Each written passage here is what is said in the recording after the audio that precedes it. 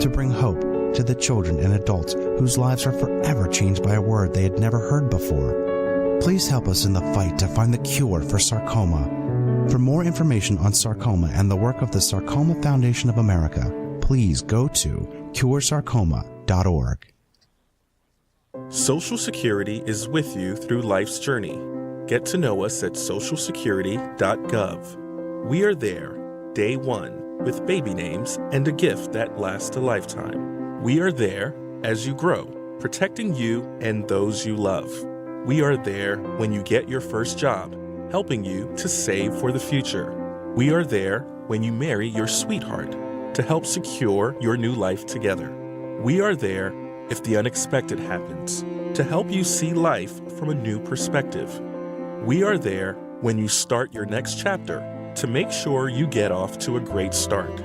And we are there when you lose your soulmate to help make sure you will be all right. We are with you through life's journey. Social Security, securing today and tomorrow.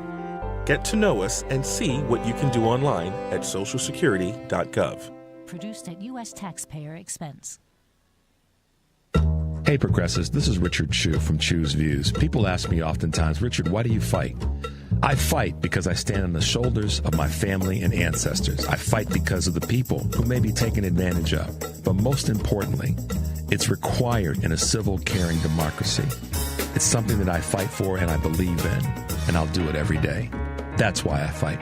So, stay tuned, Progressives. Richard Chu, weekday mornings at 6 on WCPT 820.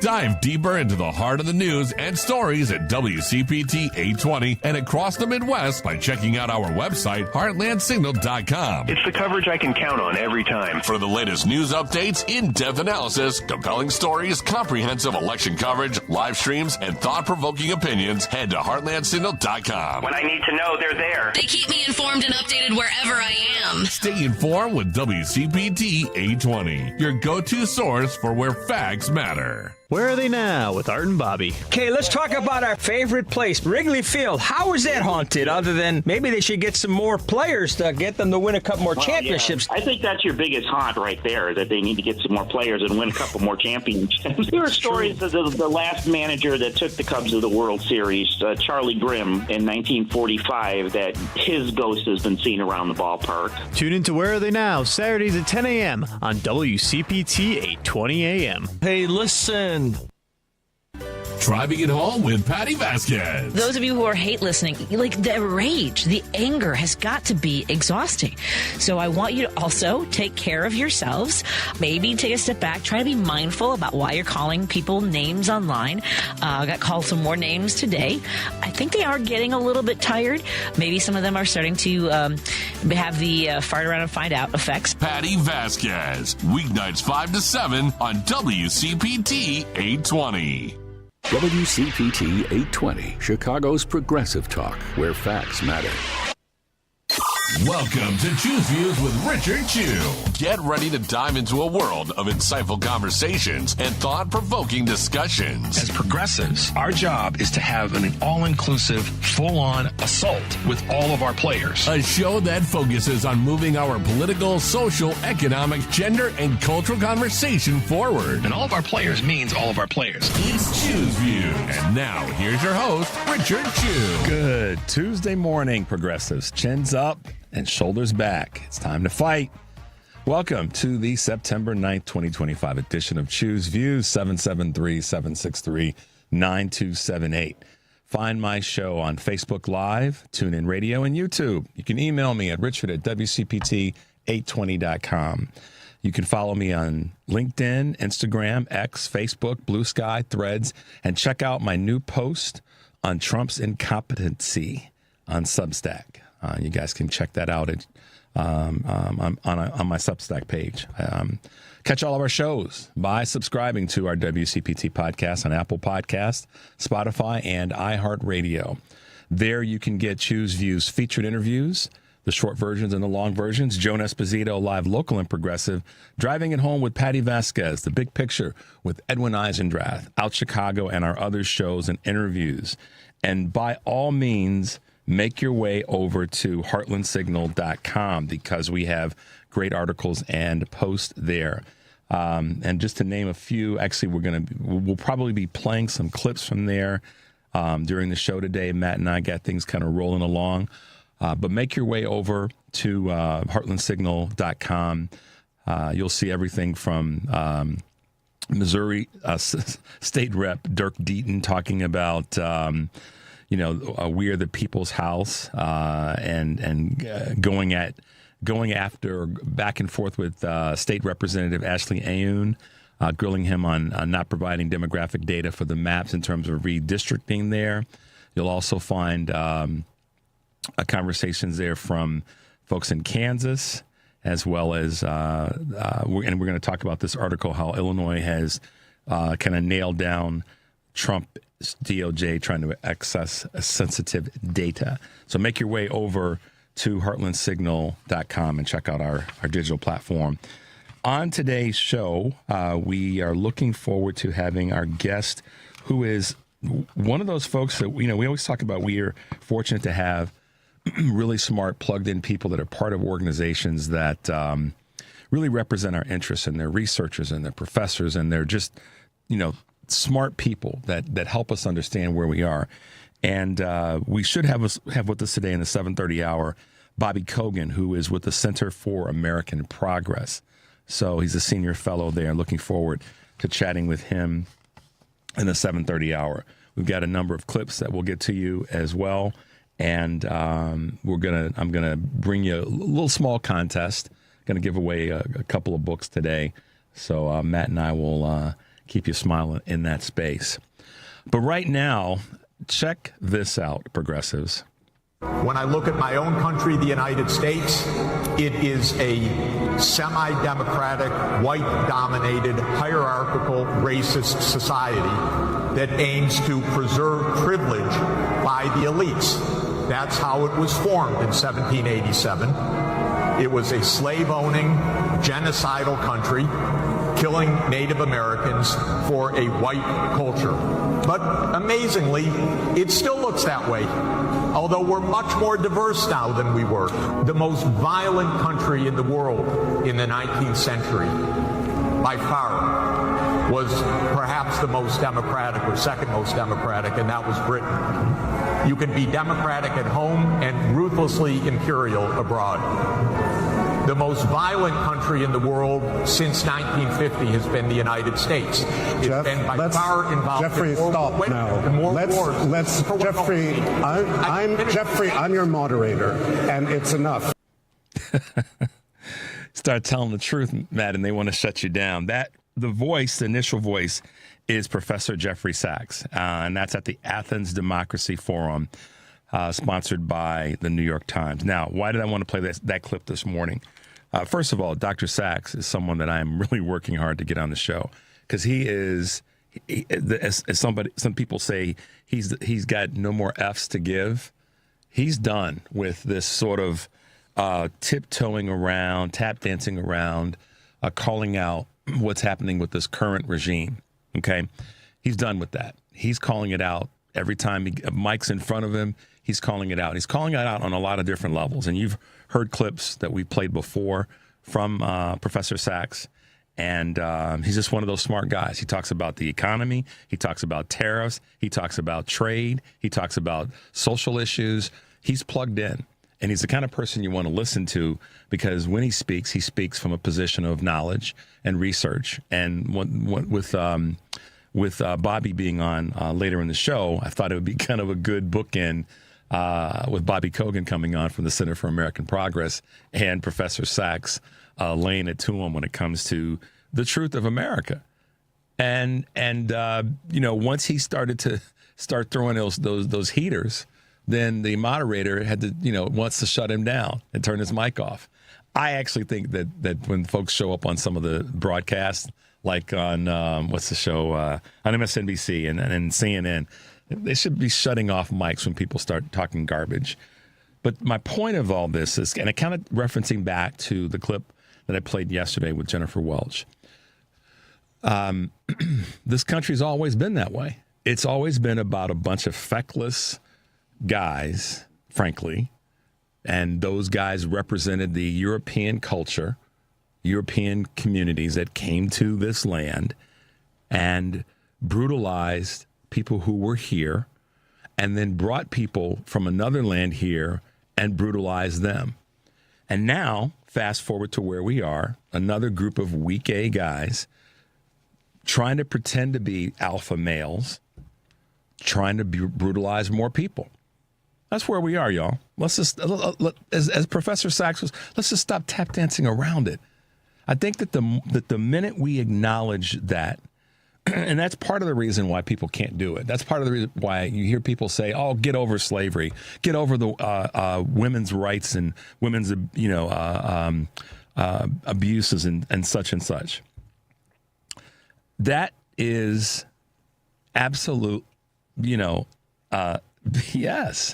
We're not going to get over it until people acknowledge that it took place and how it affected millions of people's lives for a couple of centuries now.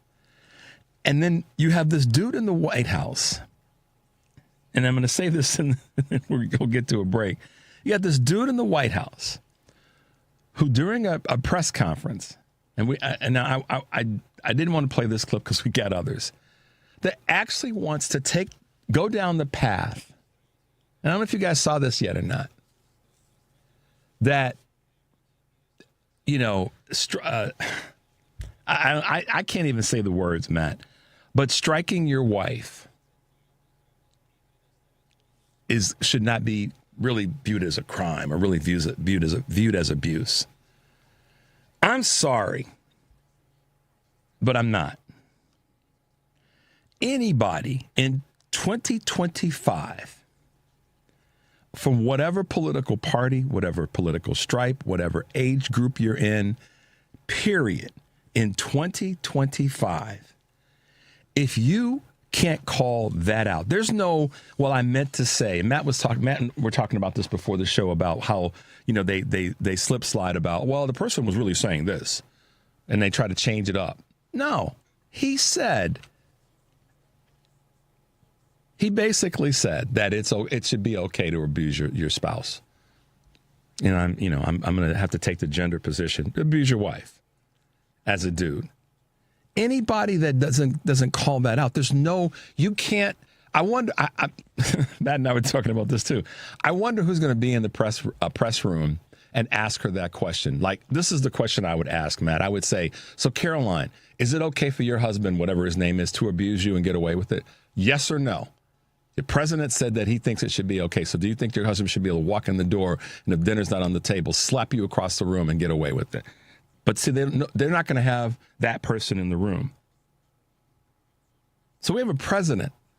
Think about this for a second. Women who voted for Donald Trump and people that want to excuse and say it was about the economy. And I write about this on my Substack a little bit. I want to say it was about the economy. I said it.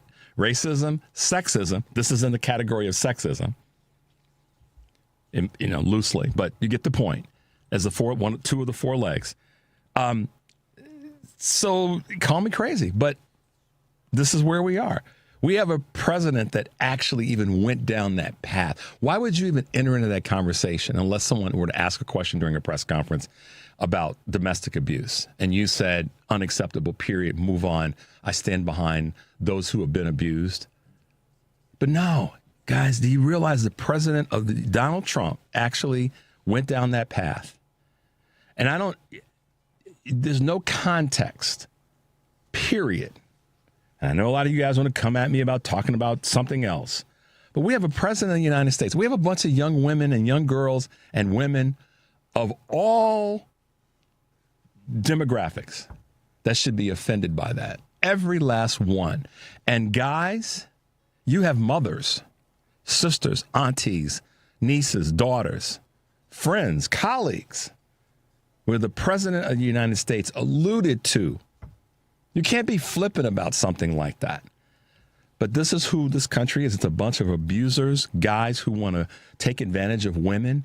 And unfortunately, there's a number of people that stand behind that garbage. And I have no time for it. So I'm going to call those things out when I see them and hear them. And Professor Sachs was right on when he talked about this country being one that's abused its power for centuries.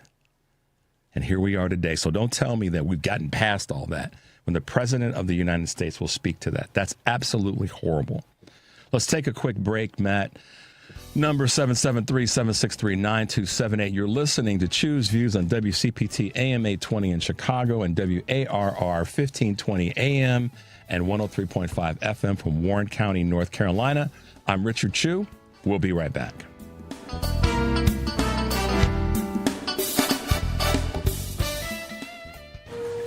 More fiber and laxatives, eh? Who are you? I'm future you. Future me? Constipation with belly pain still coming back? Our doctor figured it out. It's irritable bowel syndrome with constipation, or IBS-C, and Linzess could help you get ahead of it. Linzess linaclotide is a prescription medicine that treats IBS-C in adults. It's not a laxative. It's a once-daily pill that helps you get ahead of your symptoms. It's proven to help you have more frequent and complete bowel movements and helps relieve overall abdominal symptoms, belly pain, discomfort, and bloating. These symptoms were studied in combination, not individually. Do not give Linzess to children less than 2. It may harm them. Do not take Linzess if you have a bowel blockage. Get immediate help if you develop unusual or severe stomach pain, especially with bloody or black stools. The most common side effect is diarrhea, sometimes severe. If it's severe, stop taking Linzess and call your doctor right away. Other side effects include gas, stomach area pain, and swelling. Talk to your doctor and say yes to Linzess. Learn more at linzess.com or call 1-800-LINZESS. This is WCPT 820, where facts matter. Welcome back to Choose Views with Richard Chu. Hey guys, welcome back to the show. I just got a text from someone that says if there's so much institutional racism, I voted for, how could that be when we elected Barack Obama? I voted for him twice. Hello, people, just pay attention to that. Just think about that for a second. The fact that someone would even ask the question if there's so much institutional racism, but I voted for him. Think about that. Just the paradox. What, so much institutional racism. This is what's coming from Professor Sachs. I voted for him twice. Well, good. You don't get a medal for doing the right thing. I'm sorry, but I'm not giving out medals for, I voted. I remember, Matt, after the election in 2008, there were a bunch of people running around during the first 2 years of former President Obama's first term, bragging, and they don't look like me, that they voted for the black guy. But did they show their behinds up during the midterms when it really mattered? Because that's when we lost the House. We lost the ability to take what President Obama wanted to do to the next level. Did they show up during the midterms? No, they didn't. We got slaughtered politically. So I don't care that you voted for President Obama twice. Did you show up in the midterms, and did you do the work in between? But just think about that. Institutional racism, but I voted for him twice. That's an individual action. Great.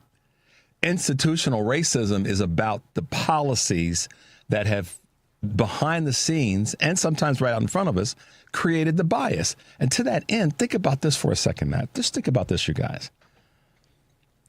Right now, what's happening with this administration, this regime, is that they are using the institution of the government to push people out and away from the ability to be part of the system of the United States of America, the good stuff. So, that's garbage to say just because you voted for Barack Obama twice. That's touching. When someone says that to me, that's touching on that I got black friends. Garbage. And I don't care. Listen, I've heard that from people who are Caucasian. I've heard that from people who are of different faiths.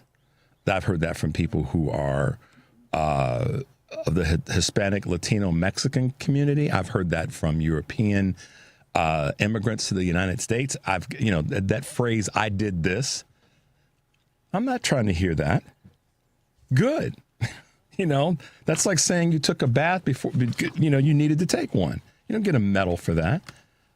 Or I treated my kids with respect and my wife and my husband. You don't get a medal for that. I mean, sorry, y'all, but that's just crazy to particularly to come to a black dude and say, I voted for Barack Obama.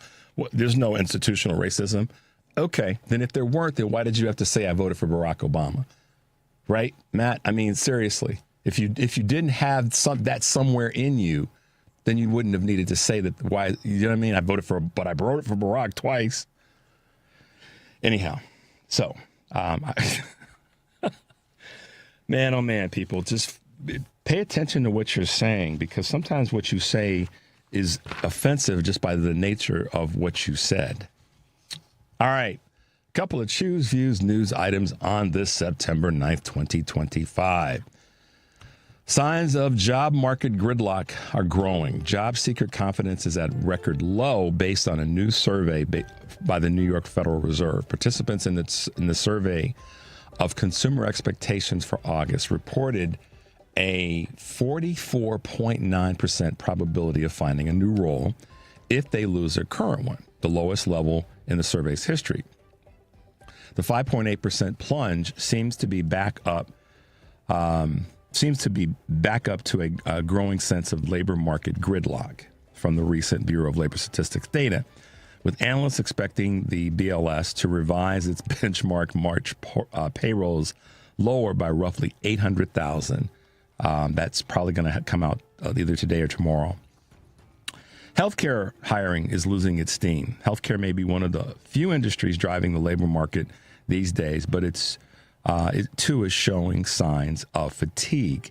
To be sure, the private sector would have lost jobs last month without hiring by hospitals, doctors, offices, and nursing facilities. Can you believe that? Yet, their contribution, 47,000 payrolls, was the smallest since January of 2022. Once again, showing the slowing of the economy and the employment market. All right, a couple more. Tesla's market share is shriveling and has shriveled by half, according to market reviews. Tesla has seen its U.S. market share shrink to the smallest it's been since 2017. And that's even before the expiration that's coming up of the federal tax credits for buying electric vehicles. The company had a 38% share of the EV market as of August this year, less than half of its 80% share it once enjoyed, according to Cox Automotive data. The reason for the fade includes an aging lineup of cars as the company turns its focus to new direction of making robo-taxis and humanoid robots. I'm not ready for that, Matt. I like getting in the car, starting it up myself and going down the road. It last unveiled a new model of the Cybertruck. That's the last unveiling of a new one. That was back in 2023. So they're behind the time. Maybe you should have just stayed to that business, Elon, and stayed out of politics. And last but not least, NASDAQ is eyeing a tokenized stock trading opportunity and security. The NASDAQ has filed a request with the Securities and Exchange Commission to allow the trading of tokenized securities, a move that would potentially unite blockchain technology with traditional stock market infrastructure. The exchange operator has asked the SEC to approve rule changes that would let tokenized shares trade under U.S. securities laws. The request comes amid a boom in tokenized offerings, including those from Wall Street giants as well as crypto exchanges. We have to be very, very careful there. Very, very careful. And the reason that the administration is probably going to be down with that is because of where Trump sits in that space with his own meme coin. So we just have to be mindful there. All right. A couple of Choose Views news items this September 9th, 2025. So what's the fix, guys? And we'll hit some current events when we come back from the break. But remember I said yesterday that this is at the lap of the GOP and Republicans in MAGA? I meant that. And I said I was going to say it a couple more times this week. Start calling. There's two things. Last week, we have a clip that's probably going to highlight this as well. Last week, Pam reminded us, and Pam's on the line. We're going to get to her in a sec. We'll get to her in a little bit. Pam reminded us that tariffs are taxes. Let's just start calling them taxes. That's what they are. And so I'm repeating that in lieu of Pam, but also reminding everybody that the deficit, dealing with medical issues, Medicaid, health insurance, how we're navigating our public lands, infrastructure, all of that is at the lap of Republicans that are elected. And of course, now we have to start to say it out loud. the voters that voted them in. It's not just enough to call out Trump and the GOP. We have to start having the conversation that voters voted them in.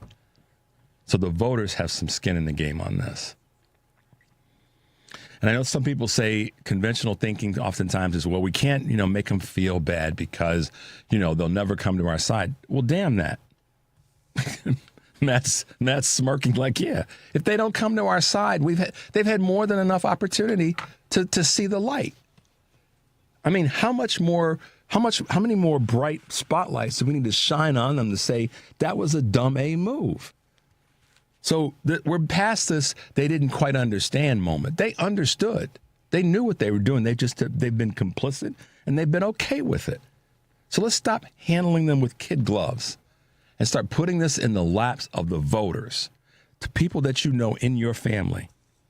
You heard yesterday, Madison Morrison was with us from Leaving MAGA. And she said, basically, and it was kind of cool to hear her say this, man. I re-listened to the interview, not from my perspective, but to hear what she had to say. She was unapologetic. She said they're in a cult. They're mistreating people. They're brainwashing young boys. They certainly are brainwashing women. And she said two things that stayed with me. She said, talking about the vaccines in Florida, she said, she's in North Carolina. She said, I'm not getting around people from Florida right now till they get their act together. One, that stayed with me. The second thing that she said is that I've lost some people and I don't really care. I'm paraphrasing. Because they should have known better. I didn't know better. I've made changes. I've crossed the bridge back to some sanity in leaving MAGA. But she said the people who can't get there, she said, I can't have them around me. And I've lost some people because of it. So let's stop trying to get people who hopefully they'll change their mind and they'll come back. If they do, great, because the evidence is there. I talk about this a little bit in my article on Substack about the economic impacts of Trump's incompetency and his lies. But the real meat, the real substance of folks to go after and the folks that we want to try to bring into the tent is to check out these numbers before we go to this break. 77 million folks basically voted for Trump. A little over 77 million people. 75 million people voted for Vice President Harris. Matt, 89 million people did not vote. Okay? So that's a travesty in and of itself. And people could say, well, they didn't have anything to vote for. They didn't vote. Whatever. You can drown yourself still talking about the Democrats didn't do this. Keep drinking that Kool-Aid. Now you're drinking the Kool-Aid. Think about that, Matt. They're drinking the Kool-Aid. The Democrats didn't do enough. You should have known that this dude was going to be tragic for the country. Why would you need more reason to vote for her if for no other reason than to keep his behind out of the White House? But the folks we should be going after and opening ourselves up to as best we can are those 89 million people that did not vote, eligible voters that did not vote across the country, not just in the swing states, but in every state. That's really where the Democratic Party, if there's got to be an improvement, and I will say this because I know a lot of people think I never criticize the Democratic Party. Wrong. But with construction, in a constructive way, I should say, that's who we want to be going after. Not the knuckleheads that are still stuck on stupid. The number is 773-763-9278. You're listening to Choose Views on WCPT AM 820 in Chicago and WARR 1520 AM and 103.5 FM from Warren County, North Carolina. I'm Richard Chu, and we'll be right back.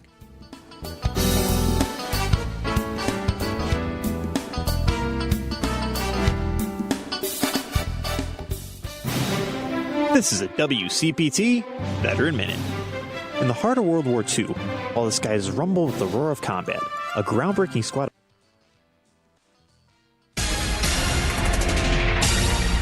You're listening to WCPT 820. Here's the latest Chicago weather update. From the Weatherology Weather Center, I'm meteorologist Jennifer Wojcicki. Skies will become mostly sunny here for today with a high into the mid-70s. Winds out of the southwest around 5 to 10 miles per hour. Then for tonight, mostly cloudy skies develop low near 58. By Wednesday, sunshine high of 80 degrees. Thursday, mostly sunny skies, a high around 82. Friday, sunshine high of 87 degrees. That's your latest Chicago weather update. Currently, it's 55. You're listening to WCPT 820 because facts matter. To Choose Views with Richard Chew. Yeah, guys, we are back. 773-763-9278 is the Credo mobile phone and text line. And we got a nice discount running over there, too, WCPT 25.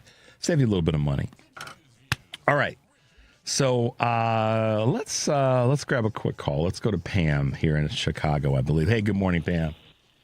Good morning, Richard. How are you? I'm good. How about yourself? I know. Richard, I always like to be positive, and you know, the core of me is good and overall well, but all is not well with what's going on in this country and around the world. I agree. So I'm always thinking about that. Richard, I just want to make a correction. When you said that they're drinking the Kool-Aid, now let's not forget, they're drinking the bleach. Thank because you. You remember. Kool-Aid was good growing up. Yeah, their leader told them to drink bleach. And guess what? Oh, God. When he did that, remember that? I know it's so much. But when he did that, the calls to the poison hotline increased. Yeah, they did. You know, Pam, let me say this to you real quick. I appreciate when you come in with a little bit of a knuckleball, like, okay, check this out, Richard. I appreciate when you do that. Please understand that, because it makes me laugh, largely because of the amount of garbage that has come out of this regime. First term, during Biden's term, and now. So you're spot on, and thank you for reminding us of that. You're more than welcome. And then, and maybe some of them just go and drink the bleach at this point. I know what that, you know, I'm taking for what, just drink the bleach, because we've got to get some peace. So next, Richard, you know what this means, GWP. And maybe your audience doesn't. And I'm going to say this. We need all GWPs to come forward. Yeah. And as black people in the community, all through our lives, when we talk about racism and the hate, we always talk about that there are good white people, the GWP. Yep. We need the good white people to come forward on this. The racism, the sexism, the otherism. Yep. We need the good white people to stand forth and stand on truth with this. Black people and people of color. No, we got lots of time, Pam. Black people and other people of color, but particularly black people, because you and I can't speak to other people of color's experience broadly, but not specifically. Black people are not going to solve this problem. I'm sorry, y'all. Black people we're going to do our darndest, our dead level best to continue to push. But Pam is right. Karen Byrne, who is our colleague and good friend from True Blue Politics Podcast, talks about this all the time. She is a 10 times GWP, because she's made it clear. This is on. She said it. This is not something for black folks to have to solve, and you know it just isn't. And so I appreciate you being confident enough to say this. Which is true. And I saw a girl, Karen, on the news. I'm surprised they, captured her interview right in protesting in Broadview. Yep, I did too. I know. Just standing for the truth. So I just want, the white community to really keep that in mind. Yep. That the hate is coming from them, and they've got to deal with it. And I know it's difficult, because right now, Richard, I'm at the point is that I'm telling people that I know. Two things I'm concerned with. Are you a Republican? Did you support this adjudicated sexual abuser? Because they can be two different things. If you supported this adjudicated sexual abuser, I'm telling people in church, if your pastor voted for him, get out. I'm saying right now, if you're married to someone who supported him, I'm saying get out. And Richard, I'm one that believes in the foundation of marriage and family, however it's constructed, right? however it's constructed. So I'm just really concerned about that, because what we have now, we have a level of government that is okay with the sexual abuse of our children and sex trafficking of our children. There is an international ring of wealthy people who are committing these crimes, and it is okay. Yeah. And we're not saying anything, Richard, and that is despicable. I saw a tape of Joy Reid. I'm always looking at her. She had all the wealthy people around the adjudicated sexual abuser, and they're just giving him all the accolades and praising him. All I could think about was how many of them participated in raping children and sex trafficking. That's all I could think about. And lastly, I'm just going to leave with this. So we can't give up the fight, but we have to challenge people on what is going on, and we have to call it out. And with the Democratic Party, here's what I'm going to say. You have almost 80% of black men and 90% plus of black women who voted for decency. And that decency came in the package of a Vice President Kamala Harris. Yep. So, and looking at that, we've got to look at the voter suppression, because I hear your numbers, and way too many people were just disengaged, didn't bother to vote. But those votes that were suppressed, almost 4 million purged, we have to look at that. And so, Richard, I'm going to ask you this question as I leave. One more thing I'm going to say. I can't read it now, but Dr. King talked about the wealthy, and he talked about philanthropy. And I'm really paraphrasing, but please, people, just take a look at his actual words. He talked about, philanthropy is great. He said, but to the philanthropist, you still have to look at the cause of why the philanthropy is necessary. Yeah, that's exactly. Yeah. Why do we have why do we have it in the first place? Exactly. Why is it needed? So look at his words specifically, so you'll have the exact quote. Richard, to you, I'm asking, what is the Democratic Party's strategy? And is it clear to you? Because it's not clear to me. Because, as I said, there is a divide within the party. So if you say it's messaging, well, your base got the message and the rest didn't. And if you're not willing to deal with this racism, I don't care if it's covert. Now it's overt. It's just overt racism and hate. And the Democratic Party has to deal with this head on. We can't play around with this. No, I think. And I'm going to lastly repeat, Richard, children were sex trafficked by Epstein. And you have someone in the White House, a criminal, who was his best friend. Yeah, I know. And you don't think that that's a problem? Yeah, if people can't step to that and push hard for that, then that says a lot more about the country at large than people want to actually take on and believe. So, Pam, great points this morning. We can't give up, Richard. We can't give up because we're not going anywhere. No. We're not going anywhere. So thank you. Thanks, Pam. Appreciate you. Bye-bye. Yeah, I mean, she's spot on. And I wish I had, sorry, guys, I wish I had an answer for Pam's question right now about what is the Democratic Party's message and stand in position. I wish I could singularly say it's this. I can't. So I'm not going to sit here and try to mash together a bunch of words to sound like I know what that is. That would be a disservice to you guys. I don't know, but I'm okay with not knowing right now, and I'll tell you why. Because one of the mistakes that I don't want us to make is wait for there to be a singular voice, the person, the man or woman that's going to be the person to lead us out of the darkness. I think that's a mistake that we've made in the past, and you guys have heard me say this before.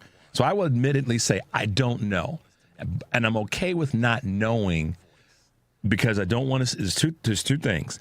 I don't want to see us wait for the person that is a singular person that's going to lead us out of the darkness, because the problem with that is if we wait for that, it may not appear, and if and when it does appear, it may not be the right singular message.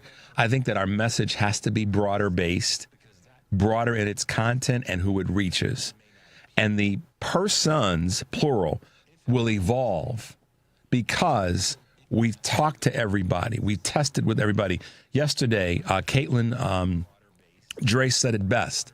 She talked to everybody to determine. She became the state senator-elect in Iowa.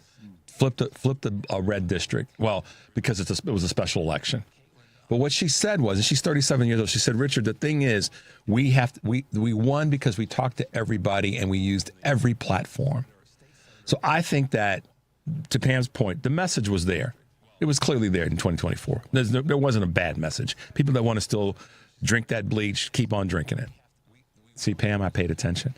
But I think we have to be aware that things have changed to the point where we can't have a singular, that's the grand slam message. I think it's all encompassing about how we have to turn back this horrible regime. And part of the messaging content-wise needs to be somewhat in the vein of, here's what they're doing to you and why it's hurting you and how it's hurting you. When I said things earlier about this is at the lap of the Republicans, we have to keep speaking to that. Again, guys, I'm not saying I'm right. I'm saying it has to be a part of a lot of these things. But I'm tired of hearing a lot of the analysts and a lot of the political strategists say the Dems need to talk more to the everyday person, because that's a message that actually could be, if it's the singular message, Matt, it could be the wrong message. Not to say it's not the part of, but it's singularly, if that's the singular message, there's a lot of people that are not going to be buying into that this time. It needs to be broad. It needs to be all-encompassing, I believe. I think that's where we should be in that space. Let's take an early break. Then when we come back, we can hit the calls that we've got kind of stacking up. The number is 773-763-9278. You're listening to Choose Views on WCPT AM 820 in Chicago, WARR 1520 AM, and 103.5 FM from Warren County, North Carolina. I'm Richard Chu. We'll be right back.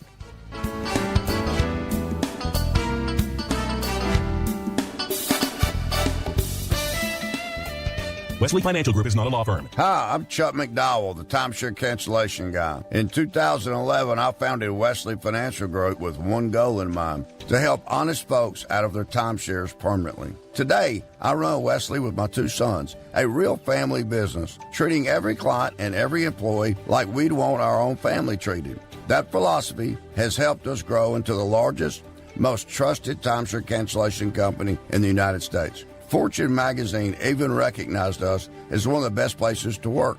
Why? Because we genuinely care. In fact, some of our former clients were so moved by their experience working with us, they joined our team so they could help others to timeshare freedom. If you're stuck in a timeshare, give us a call. Let our family help your family. Call Wesley now for your free timeshare exit kit. 800-761-0000. That's 800-761-0000. 800-761-0000. Hi, this is Patty Vasquez, and I'm thrilled to announce that Driving at Home with Patty Vasquez now has its very own podcast that you can subscribe to. Actually, 2 Driving at Home full episodes and Driving at Home featured interviews. You can subscribe to one or both. Just search for Driving at Home wherever you get your podcasts, or get the podcast links on my show page by visiting heartlandsignal.com and clicking on my picture. Patty Vasquez, weeknights 5 to 7 on WCPT 820. Alexa, play WCPT. WCPT from TuneIn.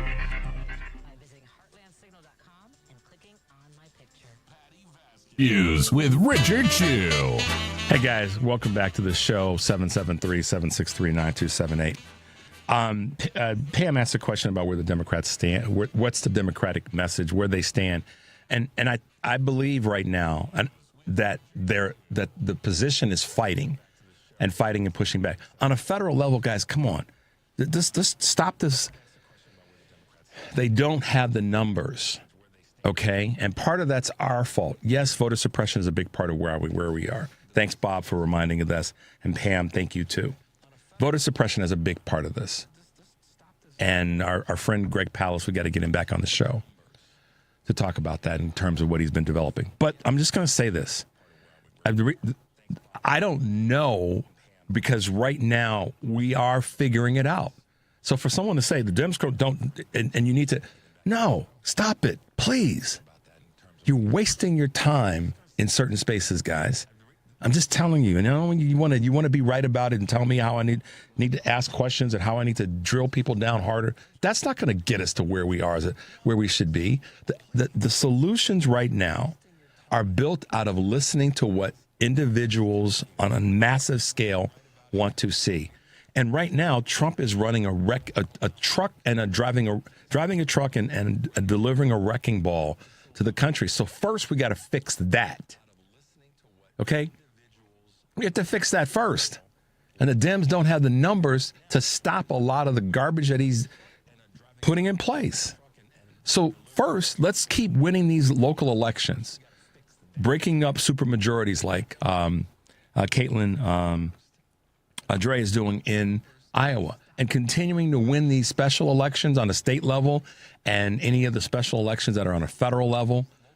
Those things have to happen. You heard what Congresswoman Kelly said last week about we've got 2 seats that just can't get filled because the governors of those red states won't allow for a person to be an election to take place. And these are Democratic seats in red states.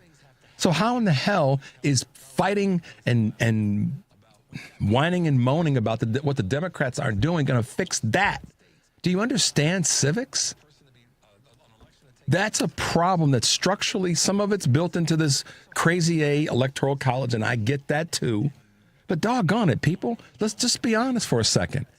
Structurally, if we got a Republican governor, 2 of them, that won't allow for a Democratic seat to be filled on the federal level because of people passing away that are Democratic congressional leaders, that is something that we have to fix. But we don't have the numbers. So that doesn't mean we don't do anything. That doesn't mean they get to rest on their laurels. It means that we have to do our part to keep them moving forward. What is our message? What's the Democratic Party stand for? Right now, you're asking me.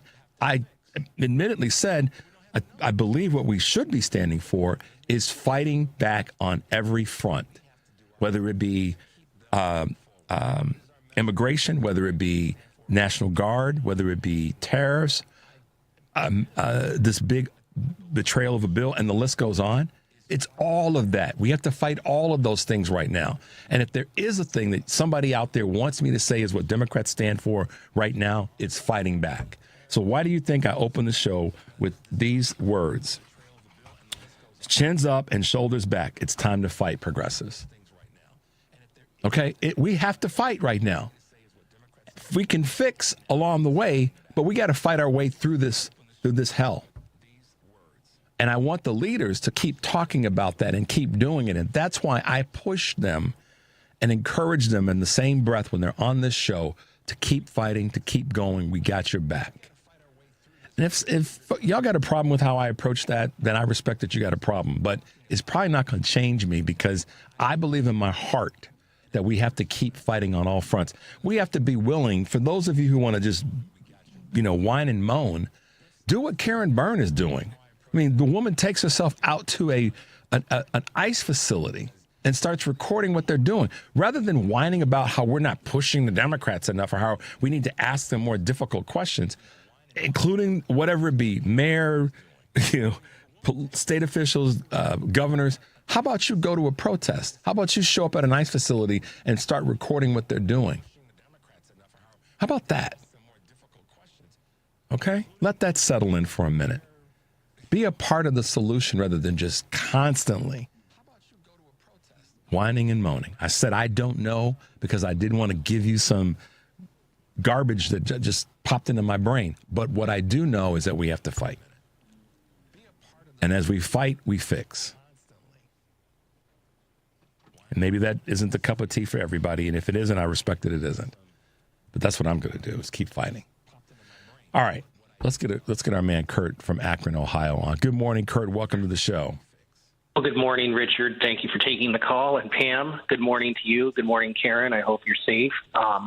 Also, the media is not going to show the actual footage of those ICE facilities the way that Karen is taking those videos, because they're going to, sanitize them to make them look good in the right-wing favor, because, as you know, it's the people in the C-suites that control what content goes in and out of our heads. So kudos to Karen for recording the actual footage. Second, that MFer A-hole, B-hole president of ours yesterday. He said that at a Christian Liberty Summit at the White House about, a husband and the wife. And he said the wife. He didn't want those numbers because he was upset because since the National Guard went into D.C., which, by the way, that's a contradiction, too, because I thought Nancy Pelosi was the one. So wouldn't that be Speaker Johnson who has the authority to do that now, to bring in the National Guard? Come on, Kurt. Speaker of the House was supposed to have the authority to bring the National Guard into D.C. Come on, man. I digress on that. But anyway, he was upset that since that happened, he's seen 87% of the crime in D.C. go down. He wasn't happy with 87%. He thought it should be more than 87% because he didn't want domestic violent crime within the home to be counted, much like during COVID when, by the way, he said that he's qualified to give medical advice because his uncle was a doctor during COVID. I thought his uncle was a doctor, like in mathematics at MIT, not a medical doctor.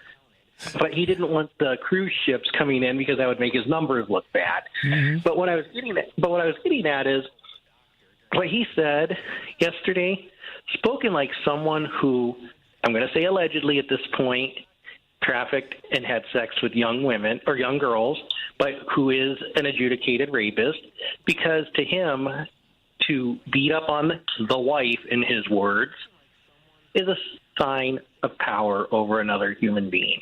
It's not anything as far as a gender. It's power over someone. Like when you rape someone, that's not a sexual intimacy that you're having with another person. That's power over someone. Yep. Or anything like that. Spoken like a true person who just wants power over someone, to make them fear someone, to make them. I'm dumbfounded. I'm dumbfounded. But you know what? Here's the thing, and you might be able to agree with this. Any male who's married to a woman, we all know who the real boss is in the relationship. And that's the problem that's the problem with a lot of these guys. And that, listen, yesterday, if you were listening when Madison Morrison was on for Believing MAGA, and she talked about that very thing is what it's gotten so many women indoctrinated and pulled in and taken away their freedom and just beaten down emotionally and mentally and in many cases physically. That's why I played the clip earlier from Professor Sachs talking about the brutalization and institutional racism and sexism in America.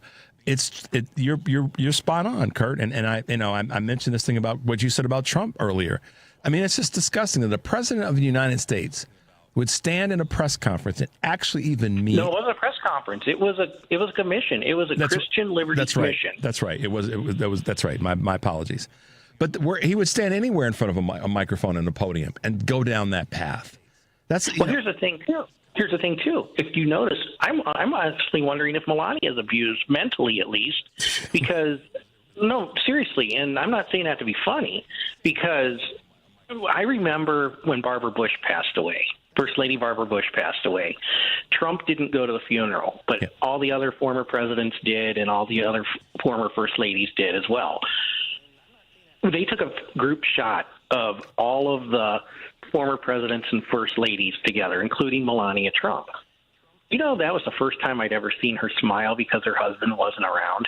Yeah, there's been others where that same kind of dynamic took place, where she seemed to be less under the spell when he's not around, and that's just that's awful for anybody. And don't need to be a fan or not a fan of Melania, but I don't want to see anybody be. No, I'm not either. I'm not a fan either, but I don't want to see her abused. No, not at all. She is in fact abused, and I'm saying that loosely as being abused mentally, not necessarily physically, but mentally. Either way. Hey, man, I got to grab another call before we get to the top of the hour. Kurt, as always, thanks for your support and all of your contribution to the show. We'll talk to you soon, okay? All right. Thanks, Richard. All Bye-bye. right, bye-bye.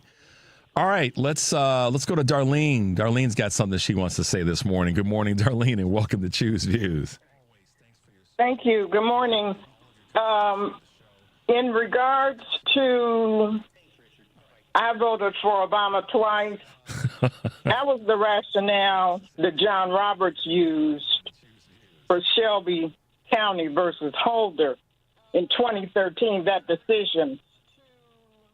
Yeah. It said, no, you don't have to pre-clear your voting statutes in your state, Alabama, because that's where Shelby County was. Yep. Within hours of that decision, hours, probably minutes, they changed their guidelines for voting. Yep. That's right. Because John Roberts said Obama was elected. We don't have any racism anymore. We elected the black guy, so why do we need these guardrails and these tools to help keep it that way? Right. Yeah. Pre-clearance was gone after that decision. Yep. It certainly was. And the southern states ran with it. They have. And see, this is why, Darlene, thanks for reminding us of this, because this is why understanding history is important. People don't understand the history prior to Shelby and what that was in place for. And and when we get into this conversation around voter suppression and voter rolls being destroyed and all the other work that's been done by the right to affect voting, you got to understand history. Go back. For those who don't quite understand the history of voting, particularly for black folks specifically, not other folks of color, but black people in America, go back, just Google the name Fannie Lou Hamer and go down the rabbit hole of Fannie Lou Hamer. I want y'all to do that. When you hear people say things like, I voted for Obama twice. Okay, great. You don't get a medal for doing what should have been the right thing for your betterment as well as the country's. But that being said, what Darlene's point is, Shelby shifted the dynamic. It was a tectonic shift because now here we are and we've got this bulldozer going through how we are when it comes to voting.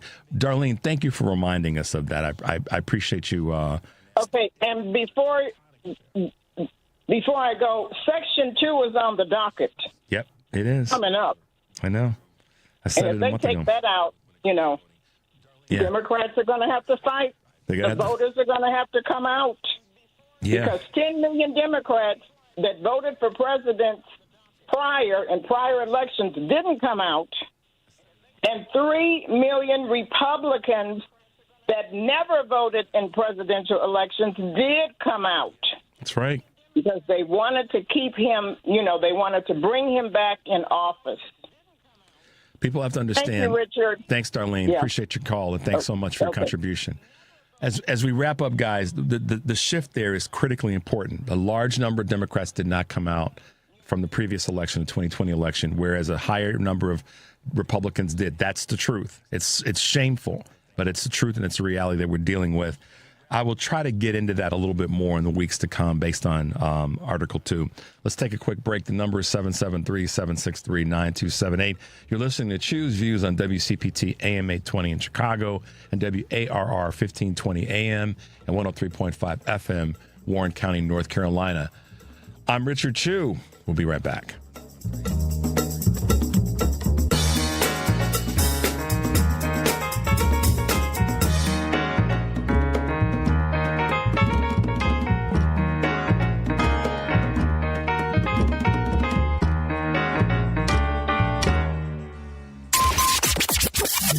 WCPT replay. Former Illinois Congressman Joe Walsh is here. Have you had any conversations with Republicans currently in Congress? Because what I found during Trump's first term is that I would talk to Republicans and they would toe the party line publicly. And then once the cameras were off and once the mics were shut off, it would be like, oh, my God, I can't believe this guy. This is horrible. This is awful. It's still the same, Joan, but the scarier aspect is, whereas 7 years ago when I publicly came out against Trump, every one of my former Republican colleagues privately said, Joe, I agree with you, but I can't say that. But the number of true believing Trumpers now in the House and the Senate has really increased, and America needs to know that. Keep listening to WCPT 820 because facts matter. Are you looking to hire? ZipRecruiter finds the best candidate for your job fast.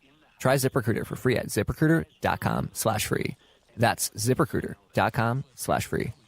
AP News, I'm Marcela Sanchez. Officials in Charlotte, North Carolina are facing sharp criticism over the fatal stabbing of a young Ukrainian refugee on a commuter train last month. Irina Sarutska's death has also drawn the attention of President Trump and MAGA allies who blame Democrats for what they say is out-of-control crime in blue cities. And a federal appeals court has upheld a civil jury's finding that Trump must pay $83.3 million to advice columnist E. Jean Carroll for his repeated social media attacks and public statements after she accused him of sexual assault. In other news, Israel has urged a full evacuation of Gaza City ahead of its planned expanded military operation. The announcement is the first warning of a full evacuation of the city in the current round of fighting. Defense Minister Israel Katz says Israel had demolished 30 high-rise buildings overnight in Gaza, which it accuses Hamas of using for military infrastructure. On Monday, Prime Minister Benjamin Netanyahu said Israel had destroyed at least 50 towers of terror, which he said are used by Hamas. Associated Press reporters saw more cars and trucks than previous days passing from northern to southern Gaza, laden with supplies and people, but at this point, no widespread evacuation. I'm Charles de Ledesma. Nepal's prime minister has resigned following violent protests against a ban on social media platforms and government corruption. The resignation of Khadga Prasad Oli came a day after anti-government protests when police opened fire and killed 19 people. At least 60 people have been killed in an overnight attack in eastern Congo as residents gathered at a burial. The attack was reportedly carried out by the Allied Democratic Force, an Islamic State-affiliated rebel group. This is AP News. AP correspondent Ed Donahue reports on the contract status of radio's Howard Stern. Howard Stern is back on his Sirius XM radio show. This is Andy Cohen live. I just want all of Howard's fans to know you will have a home on Andy 100. Stern fans were not happy. What the is this? Oh, good morning. No ending? No goodbye? This is it? It turns out Howard Stern trolled his listeners into thinking he had left his long-running show. Everything you've been reading in the paper about me or about Robin is completely false. His contract runs out at the end of the year. They've approached me.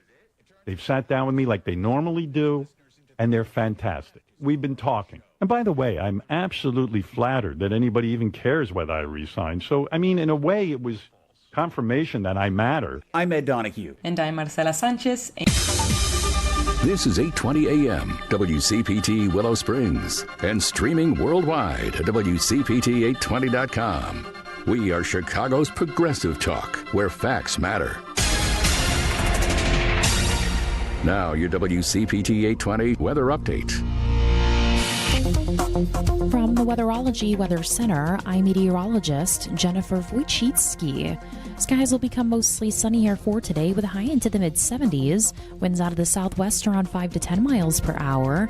Then for tonight, mostly cloudy skies develop low near 58. By Wednesday, sunshine high of 80 degrees. Thursday, mostly sunny skies, a high around 82. Friday, sunshine high of 87 degrees. That's your latest Chicago weather update. Currently, it's 54. Straight Talk presents The Math of More. Here's how it works. When you say yes to more with Straight Talk, you're left with more for all the other good stuff. So getting an unlimited plan starting at just $25 a month equals more savings for your family's weekend adventures. And with a network covered by Verizon, you can share more from wherever you go. It's simple math, really. More equals more with Straight Talk. Available at straighttalk.com and Walmart. Taxes and fees apply. The $25 plan requires a compatible unlocked device and a new line of service. Additional terms apply. Chicago's progressive talk, WCPT 820, where facts matter. Welcome back to Choose Views with Richard Chew. All right, guys, welcome back to the show. 773-763-9278 is the number, Credo mobile phone and text line. Make sure to stay tuned for Joan Esposito, live, local, and progressive, and then later today, Patty Vasquez, driving it home, as always. Okay, so last week we had on the show Professor Leah Littman, and we're going to be giving away some of her books over the next couple of days. So I'm just giving you guys a little tease right now. I have a couple of contests tomorrow, Thursday, and Friday, just to let you know in advance that we'll be giving away a few of her books, and I'm looking forward to that, which will be fun. And as I said earlier, there's a couple things I wanted to share with you guys that we kind of want to stay on top of. Heartland Signal, our good friends, our editorial group, always post great clips and articles. And one of the articles that I wanted to comment on real briefly was written by our good friend Rich Eberwine. And the article is entitled, Illinois Officials Prevent Trump's DOJ from Accessing Sensitive Voter Data. And it's a really good article. It's a pretty short article. But this is where I think a lot of times, you know, our leaders don't get a medal for doing the right thing, but it should be acknowledged when our leaders step up and stand strong for us. But Rich wrote a great article that was posted, and you guys should check this out as well. And here's a quote from it. We Illinoisans privately, we take our Illinoisans' privacy very seriously. Data breaches and hacking are unfortunately common, and the disclosure of sensitive information contrary to state law would expose our residents to undue risk. That is a statement from the ISBE General Counsel, Marnie Malowitz. And this is regarding the DOJ Trump's DOJ trying to get unredacted data on Illinoisans. And I understand, think about, you know, who's in his target right now when it comes to both ICE as well as the National Guard troops. And it's Illinois. So it's not a surprise that they're trying to pull data from us, from our state, from our Illinoisans, blue or red or in between. But our folks have stepped up and said, no, that's not going to happen. And Trump has demanded this of 21 states, from what I read. But Illinois said no. The DOJ they said that they want to ensure that Illinois is complying with requirements from the National Voter Registration Act. Hint, hint. You know what that's all about. And that the additional information is necessary to combat voter fraud. So I want to know how many states that are red states are they looking for that same information. But irrespective of that, I don't want the DOJ fumbling around with anybody's information, blue or red, just like I don't want the National Guard going into states, blue or red, over this supposed crime issue. But kudos to Rich. Great article. Illinois officials have stood strong, which is what we have to do across the board to prevent Trump's DOJ from accessing sensitive voter data. And I'm down with that. That's what we have to do. We have to continue to pay attention to these items. We have to continue to make sure that our officials, we push them to do a better job. And it includes things like this, as well as Pam asked a question earlier, what does the Democratic Party stand for? Well, these are some of the micro things. When you think about it in the context of voter suppression to anybody, this is one of those things. Because I'm telling you that's what they're wanting that data for. So thanks, Rich, for another great article over at heartlandsignal.com. All right. So we're talking a little bit about ICE. We're talking a little bit about the federal troops being here as it relates to the National Guard. So I wanted to kind of go through an article, some information that I came across that I'll try to give you guys the quick version of this. And if you want a copy of it, send me an email and I will I'll send you the link to more information on this. But just having a little bit more disclosure and transparency in terms of knowing your rights when it comes to ICE, how to protect yourself, your neighbors as federal agents arrive. And this was an article in that is important to anybody anywhere in the country, although it was written here locally, here in Chicago, through some of the writers at Block Club Chicago. Okay, some top line items. Know your rights as an immigrant. Okay, the most important thing to do is to remain calm and be aware what your rights are. And all immigrants have the right to remain silent and can walk away from ICE agents if they are not being arrested or detained.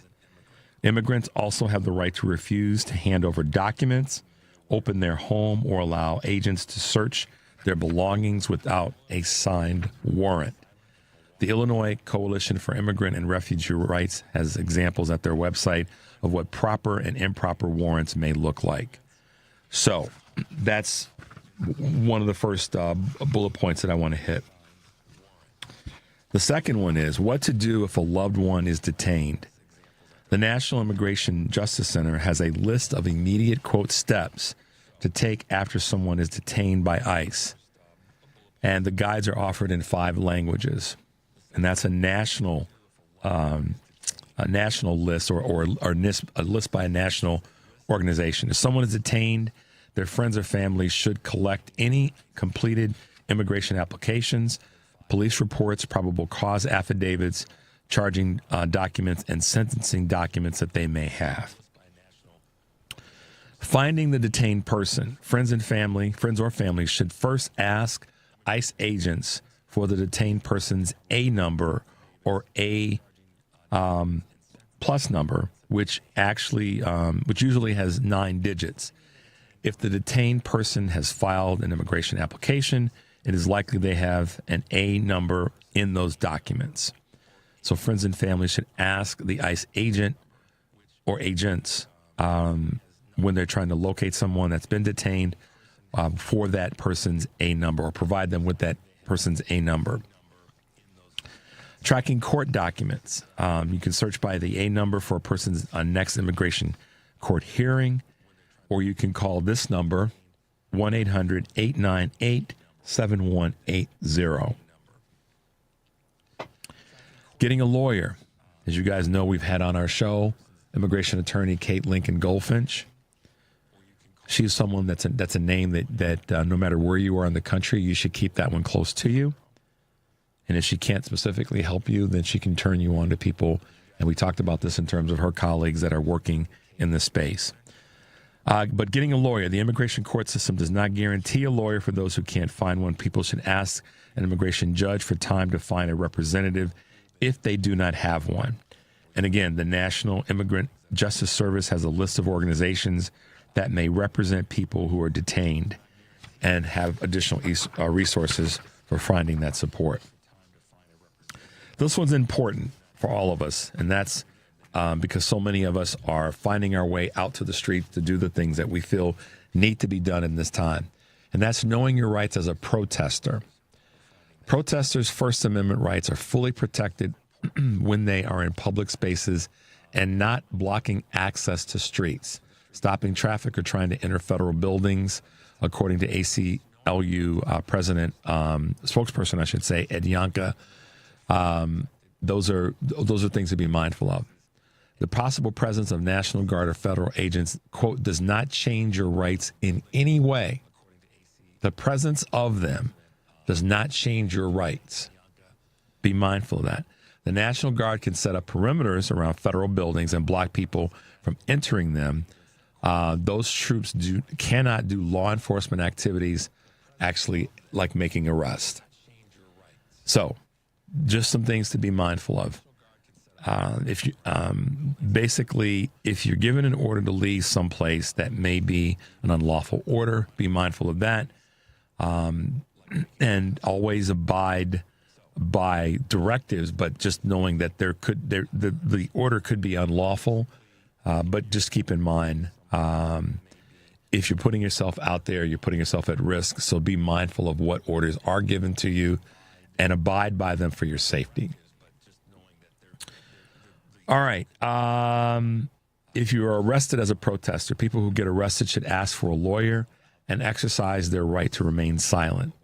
Witnesses can record and be cognizant of where they were when the arrest was made and what they were doing if you need to challenge the action later, if that were to get to court. So that's just some quick information that I wanted you to have available. And last but not least, some hotlines have been set up to report, for people to report police or National Guard misconduct. And this is an important number to have. 1-800-529-7374. If you want more information on this piece, just send me an article at richard@WCPT820.com, and I will send you the link to the article, and that way you'll have a little bit more information. It's probably good to have that close and nearby, whether you're here in Chicago, any community in the country, to know what some of your active rights are in this space. The number is 773-763-9278. You're listening to Choose Views on WCPT AM 820 in Chicago, WARR 1520 AM and 103.5 FM from Warren County, North Carolina. I'm Richard Chu. We'll be right back.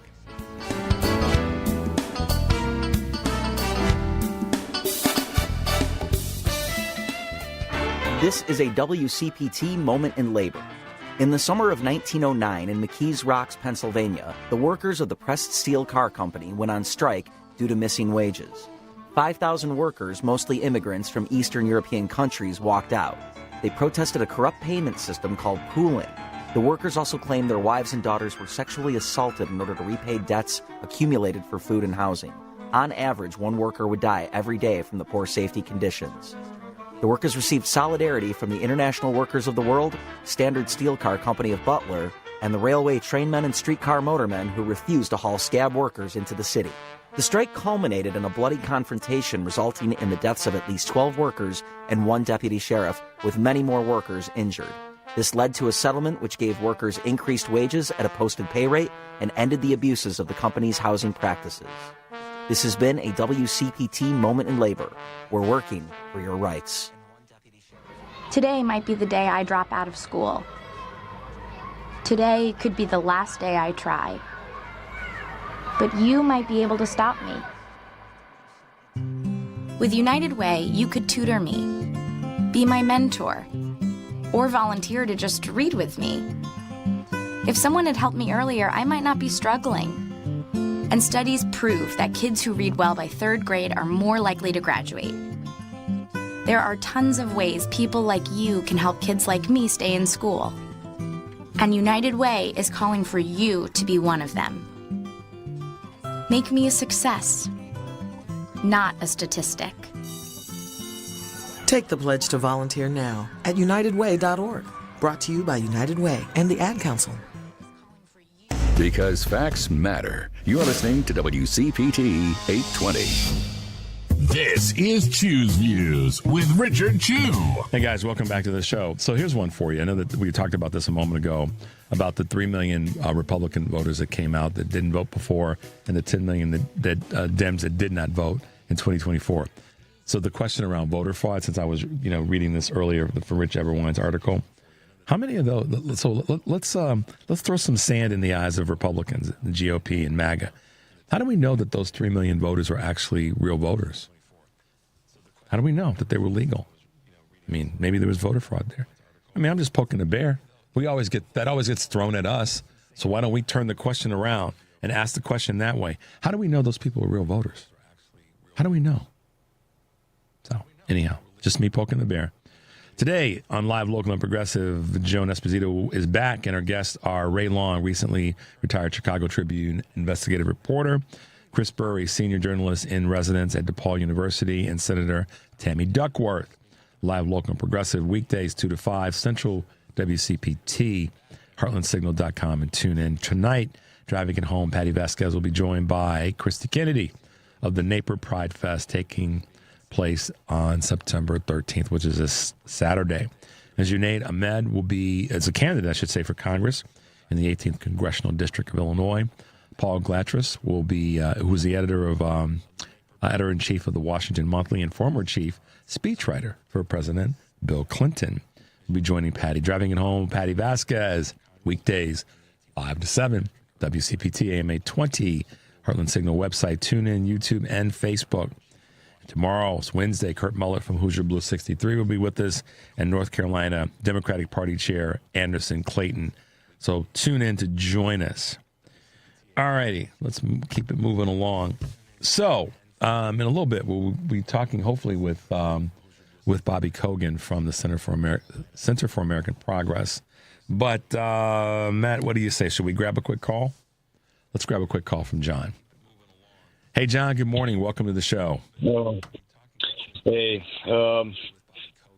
good morning, Mr. Chief. I hear you talking about the rights in front of ICE, and it makes me sad. Yeah. I'm here in Los Angeles, that you may know. And yesterday, the kangaroo court in this country just said it's okay for ICE to snap up anybody, racial profiling, if they wish to. Just yes. Call it what I have it sitting right in front of me, John. Supreme Court lifts restrictions on roving ICE raids in Los Angeles. That would also be deemed by John and me as racial profiling. Keep going, my man. It's all gone too far, Richard. Okay, and you earlier in the show, you were talking about what Democrats can do, and I was going to call and talk to you then, but no. Look, we got to shut this thing down because it's not for us; it's against us. The government funding that's coming up in the future, that is what the Democrats, with their dwindled numbers and whatever, they can do. Yeah. And I say they because they're not us.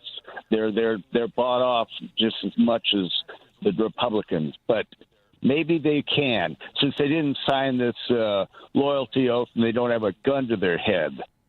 Yeah. All right. Like the Republicans may have. But we're getting our gun to our heads. I'm talking all of us, including you, Richard.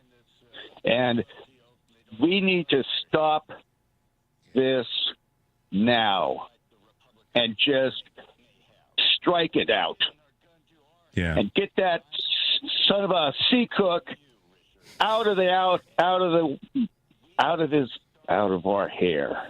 Yeah. That's a good point, John. Thank you for your energy. Now, you do take care, and don't anybody give them any reason to escalate their violence, because they're the violent ones. They're the experts, not us. That's why nonviolence works for us. Yeah, because we're not experts in violence the way they are. It's like it's kind of like the clip from Professor Jeffrey Sachs at the beginning of the show that's what the country's been built on, and that's where we are yet again. And frankly, we never really have moved away from it. But you're right, John. We've got to extricate this. We got to yank this out at the root, and it takes us continuing to fight and identifying the craziness, not being afraid to identify the BS. And I appreciate you saying it that way. By the way, sir, democracy is a do-it-ourselves proposition. Not letting somebody else do it. We're not alone. Not let somebody else do it for us. It's a do-it-ourselves. It's social. It's social, not antisocial. Yeah. It's a social thing. Agreed. Okay, we have a social responsibility to take care of this and shut it all down, because when they can snap us out of the street for our dirty fingernails, let alone the color of our skin, then it's over. Yeah. Sobering, John. Sobering. We appreciate your contribution to the show. Stay safe out there in California, okay? Bye-bye. Bye Take now. Care. All right. Let's go to Brock here in Chicago. Good morning, Brock. Welcome to Choose Views. How are you this morning? Fantastic, Richard. You have been on fire with your guests over the past few days. I want to compliment you, and throwing the sand into the gear of the Republicans is is so right on. We absolutely have greater numbers as us Democrats than the Republicans, and flipping the script on them is the way to go. Brock, Real ID voter. Everyone brings an ID. Think about the numbers for a second. 10 million of us didn't vote, if the numbers are right. And they are right from everything I've been reading. I wanted to be as close to accurate as possible. I mean, 89 million people didn't vote. That, to me, let's start there. But let's just use the other equation. 10 million of us didn't vote. 3 million of them did vote. That right there is crazy. That's crazy. But it goes back to something you just said, which we have to highlight the positive and use that as a tool to sort of answer the question that Pam posed earlier. That's 10 million people that didn't vote, and that means we got bigger numbers by three times plus. Bigger numbers. Bigger numbers. Exactly. Let's have the voting rights day in which no one has to work except and for just show up and vote and watch what happens. And show up with an ID, and we flip the script immediately. Listen, Brock. Look, man, that's what they're afraid of. They know that. They know that if we take all the restraints off of voting nationally for all of our elections, I actually believe that the restraints and the difficulty and the converse, that's part of the suppression. Because people are just like, look, man, I ain't got time to deal with that. I got to take off from work. I'm working 3 jobs right now. You know the story. That's something that way too many Americans have to deal with. And Republicans have been championing this for decades. But I do want to throw some sand in their gears and say, but how do we know those 3 million? That voted, that came out, how do we know they are legal? That they are legal? How do we know that they are real? You know, that's the only way you know is with an ID. If everyone has a real ID, then it's good. We got this. That's how we play that game. Is we got to throw it back in their faces. Yeah, Brock, good job. Thanks, man. Appreciate your call and your contribution. Stay safe today. Okay. Okay. Goodbye. Bye. Yeah, Brock is right on. Let's get if they want to get down and have this conversation, then let's just take those not guardrails off, because the guardrails are there to protect us from certain things, but let's take off the constraints. I'll use the visual. Let's take the parachute off of the Speedster and just let it go with the guideline of proper ID. Because I don't know that all those Republicans, that 3 million that are GOP non-voters that came out in 2024, I don't know that they're real. I mean, somebody prove it to me. And so that's the question that Democrats should start asking. How do we know that's real? So, Pam, I don't know if this answers your question, but it's certainly one that Democrats should be asking. How do we know that those 3 million people that were GOP non-voters are real? How do we? What proof do we have? Let's try that out in this next cycle. Let's start it right now. I've been making notes along the way about some things that I'm going to look into and see what I can do to affect that situation. But yeah, I'm going to start to ask some questions about that and look into that as best I can. But Brock makes a good point, as does John, in terms of real ID and flipping the script on the Republicans. And I think we can get after that. Let's take a quick break. You're listening to Choose Views on WCPT, AM 820 in Chicago, and WARR 1520 AM and 103.5 FM from Warren County, North Carolina. I'm Richard Chu. We'll be right back.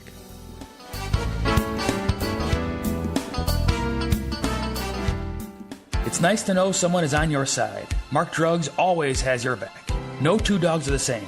A dosage form or strength of medication that works for one dog may not work for another. A compounding pharmacy like Mark Drugs is here to help you with your pet's medication challenges. We'll be happy to help you when your pet is sick. After all, it can affect the whole family.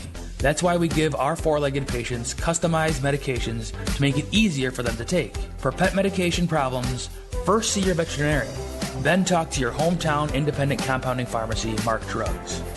If you'd like to know more about the ways we can personalize medication for each individual patient, we'd be happy to help. We are a compounding pharmacy, which means we can prepare the medication prescribed in a strength and dosage form that meets the patient's needs. Ask us how our pharmacy can help.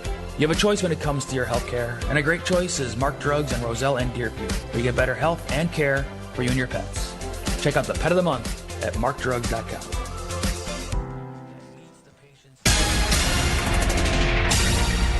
You're listening to WCPT 820. Here's the latest Chicago weather update. From the Weatherology Weather Center, I'm meteorologist Jennifer Wojcicki. Skies will become mostly sunny here for today with a high into the mid-70s. Winds out of the southwest around 5 to 10 miles per hour. Then for tonight, mostly cloudy skies develop low near 58. By Wednesday, sunshine high of 80 degrees. Thursday, mostly sunny skies, a high around 82. Friday, sunshine high of 87 degrees. That's your latest Chicago weather update. Currently, it's 54. Get ready, Chicago, to ignite your mind and spark the conversation. Introducing The Lightning Strike, a bold new talk radio show that challenges the status quo and empowers you to think critically. Join host Mohammed Fahim every Sunday morning from 9 a.m. to 10 a.m. on AM 820 WCPT as he dives deep into the most pressing issues of our time. From politics to social justice, environmental issues to technology, no topic is off limits on The Lightning Strike. The Lightning Strike, where ideas collide and minds are electrified. Sunday mornings will never be the same again. Google, play WCPT. Streaming Chicago's progressive talk from TuneIn. This is Choose Views with Richard Chew. Hey, guys, welcome back to the show. Good to be with you as always. I appreciate you guys. And more than, every now and again, I let too much time go by before I let you know how much I appreciate you. And let me explain that. Those who support the show and call in with good comments and, hey, Richard, you're doing a good job and so forth. I appreciate that. I do. That makes me feel good. And those who, like, every now and again will call in and with the just to comment in general about things. And then those who text or call in and say, hey, man, you should be doing this. And you should be doing that. All of it's appreciated because the ones who are, that may challenge me or may say something that I may not want to hear, that helps to make me think about doing a better show. So keep calling, keep texting, keep letting us know that you are that you appreciate what we do and you want to see us do a better job.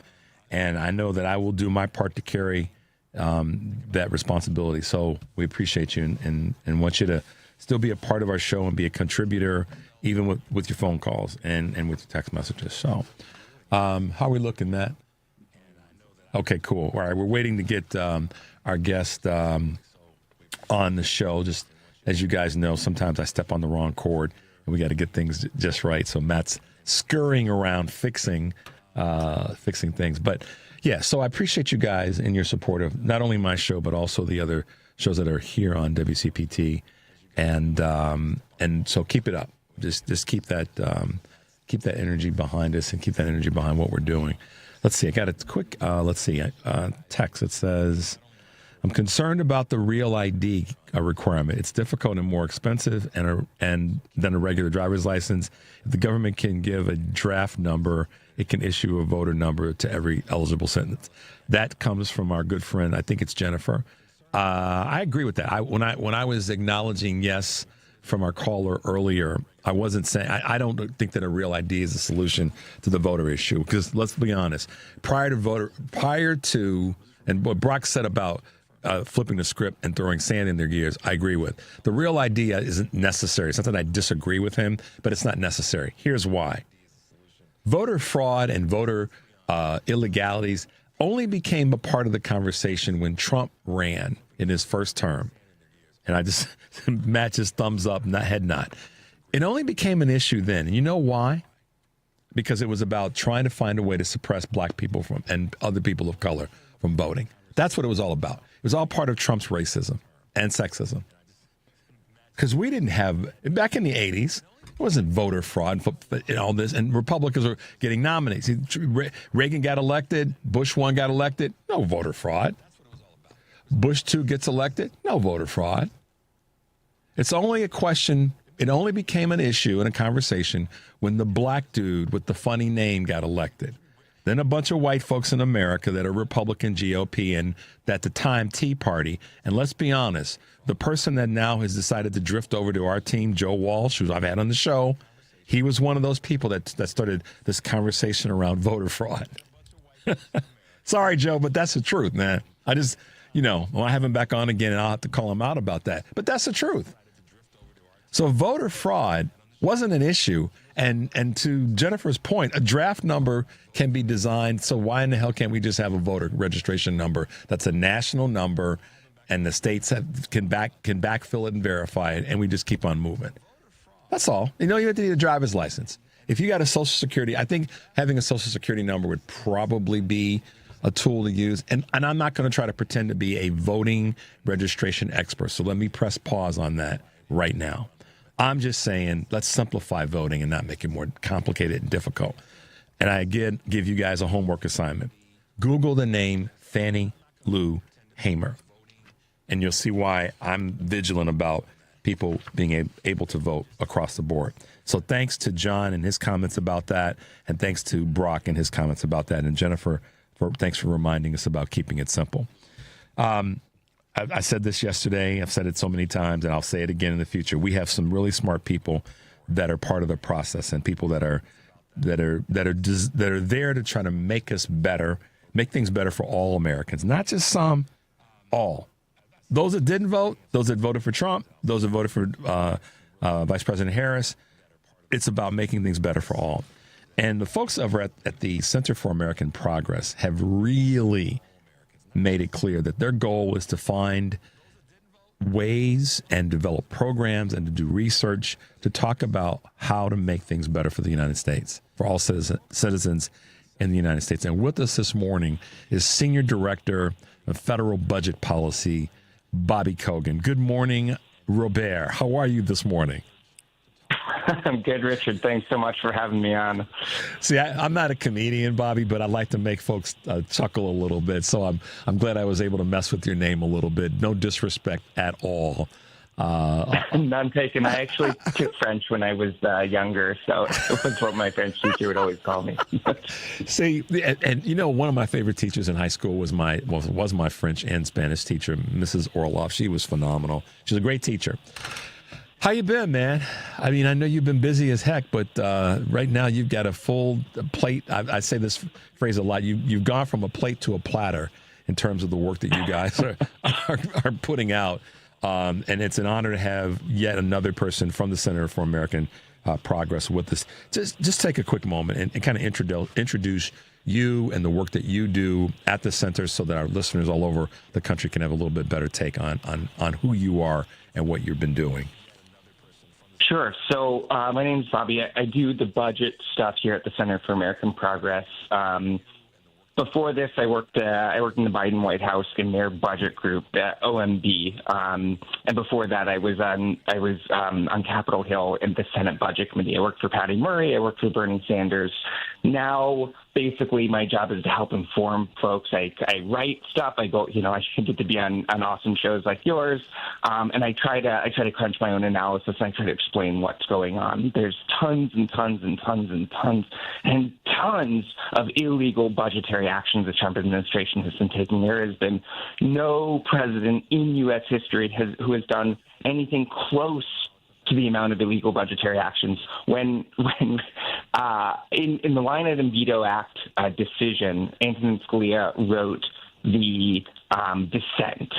And in it, he called Richard Nixon, quote, the Mahatma Gandhi of impounders, unquote.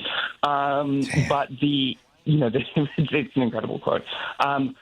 Trump, makes Nixon look like he barely did anything illegal. So a huge amount of my job has been to highlight all the things that Trump has been doing and explain why they're illegal and kind of the importance of them and why they should, why they matter to Americans. And you've done a great job of that. Some of the things that you have posted and that you've written and been cited on with various publications and such, the New York Times, of course, the Washington Post, have really made it clear. You've made it really clear, and your colleagues, that what's happening right now is if it's not illegal, it's certainly borderline illegal, but really, frankly, immoral to the texture of and fabric of the United States of America. And that's one of the reasons why that I appreciate what you guys have been doing. One of the things I wanted to ask you, and this is really because kind of going back to what you just said a moment ago about some of the quotes and some of the things that that the Supreme Court's involvement may require, I guess is the word. But when you think about how many people are affected by bad policy, and bad policy can have a variety of different definitions, what is it that you think right now is not solution, because the Dems don't have the numbers, but what are some of the tools that are available when it comes to better policy during this current administration? Are there tools that are there? Are there some things that you look at structurally and go, okay, this is what the Democratic Party should be leaning into? Yeah. Government at its best. Government at its worst is a tool for tyranny. Government at its best is a tool to help people.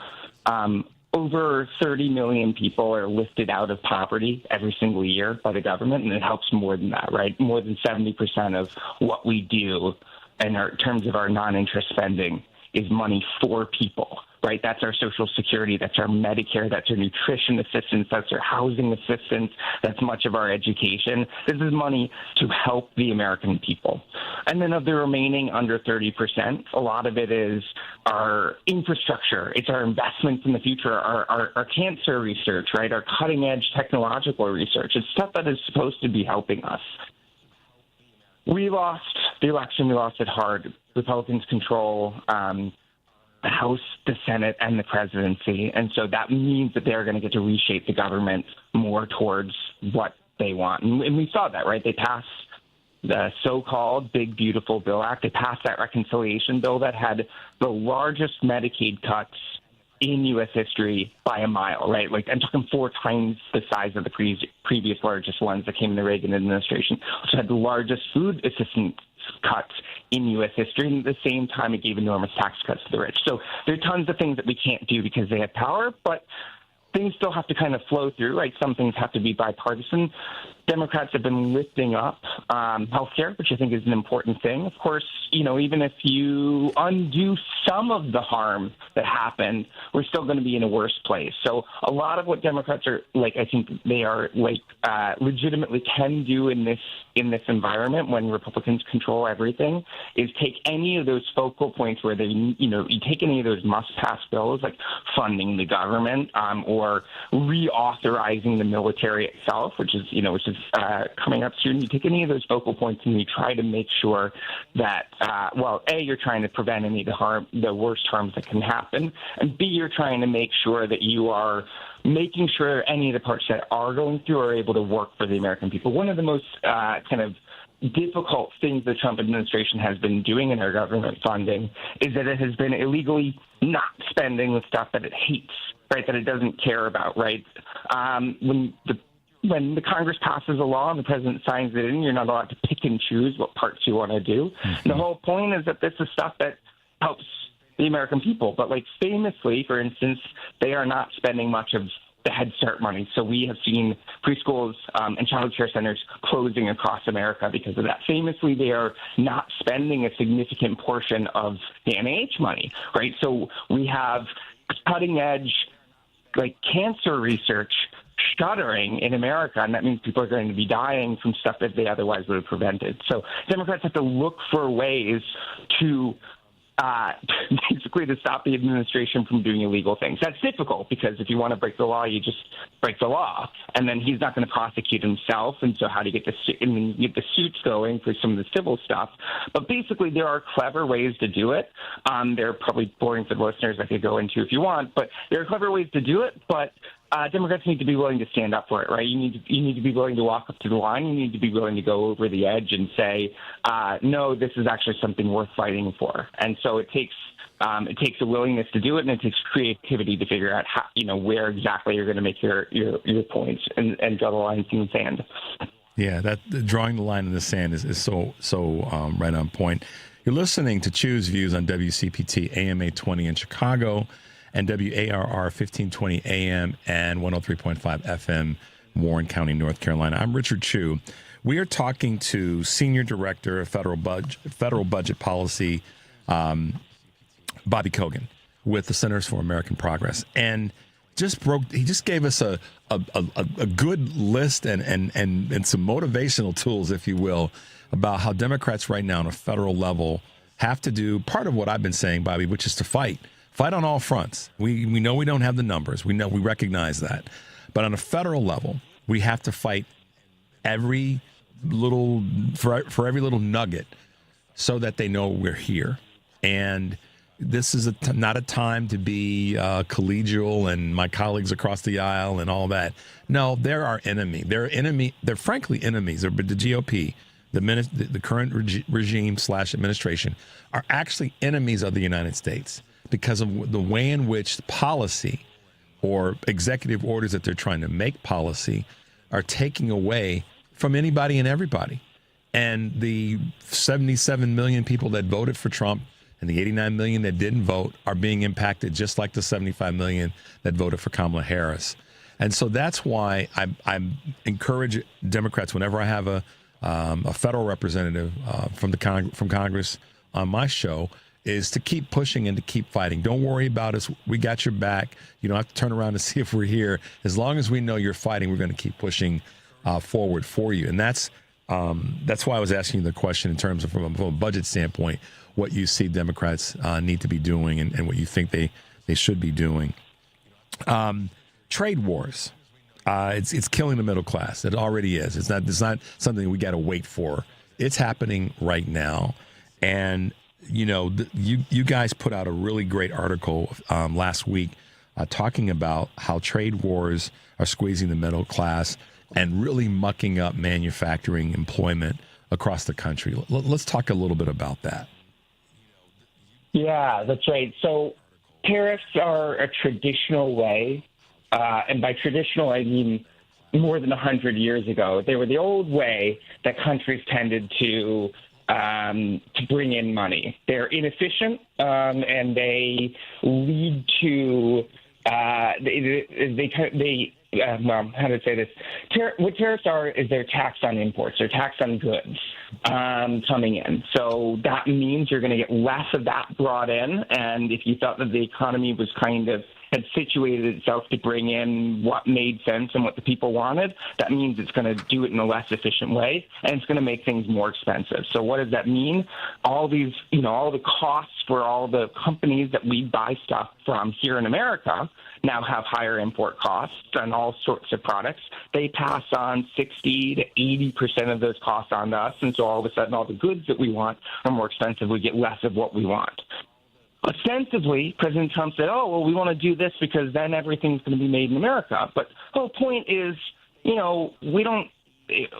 we can, if we're making something, we can get one part from Canada, we can get one part from France, we can get one part from Germany. That's all fine, and we can even assemble it here in America. But now all of a sudden we're being taxed on every single part. And so Trump kind of had this view that it would lead to more things being made here and assembled here. But that, no matter how many advisors of his would tell him that wasn't true. He wouldn't listen. He said it, said it a million times. He went and did it. And the results are exactly what everyone expected. Prices went up for people. The costs are higher. If the costs are higher, you're going to sell less. Consumption is down for a whole bunch of people. If costs are down, you're going to have fewer jobs. And that's exactly what we've seen, right? We've seen job growth slow down significantly. We haven't seen slowdowns like this except during major recessions. And of course, since people are buying less, you're going to be doing less of the manufacturing here. So that's exactly what we've seen, right? Exactly what economic theory would have said and exactly what all the economists said would happen has been happening. So we get the worst of all worlds. We get more expensive goods, and we have fewer workers, and we have fewer kind of legitimate options to choose from, all from some outdated view that we moved away from in the early 1900s. Yeah, what's interesting when you were describing that, Bobby, what popped into my mind is the number of people who were part of this administration who have no real, maybe we could say Scott Bessent, maybe we could say, but the point I want to make is this. who can we actually say in the administration has the background as a true economist, frankly, maybe even a budget policy hawk in this administration? And I can't think of anybody that really does. We have people from the business sector that were put into these roles, but they don't really have the economic stripes to be in the roles to help create federal budget policy. Am I off the rails here, or is that making some sense in terms of how you guys sit back and review this? Yeah, I mean, part of the issue is that the folks no one who Trump didn't want to hire anyone who would say no to him, and you have selection on both sides, right? He didn't want to pick the people who would challenge him, and the people who would be ready and eager and willing to challenge him didn't want to work for him. Second administration here is significantly different from the first administration. He locks into a couple really good people. You know, obviously I disagree with them in their priors, but in terms of kind of their background and their breadth and everything, he locked into a couple really good people last time. This time it's all it's all his lackeys entirely, right? Like that's what he was going for this time, and that means that we are getting, we're getting to see it. In fact, one of his better people last time, I was really surprised, came in this time. He just quit, right? Like 6 months in, he quit his job because he said, I can't handle this. I can't do this anymore. So that leads to an administration that is going to forge ahead doing really harmful things, and you can't talk them out of it. And, only catastrophe will do it, right? Like my joke was, so we just saw another jobs report, on, the first Friday of this month. And it was awful, just like the previous one. And the joke is, well, how many more of these do we need to see before Trump backs away from his tariffs? But what they're going to put out a report basically attacking the messenger instead, right? They're going to put out a report in today, tomorrow, soon, trying to say that all of our stats are wrong instead. That's what totalitarian countries do. They mess with their stats and pretend everything's great. China literally stopped publishing a whole bunch of its economic stats that were showing bad things. That's where we're basically heading, where we're going to say, who are you going to believe, right? In your lying eyes, right? That's what we're actually looking at here. And there's it's obviously we'll all be the losers for it, because it'll mean that they have forged ahead with destructive policy that make all of us poorer.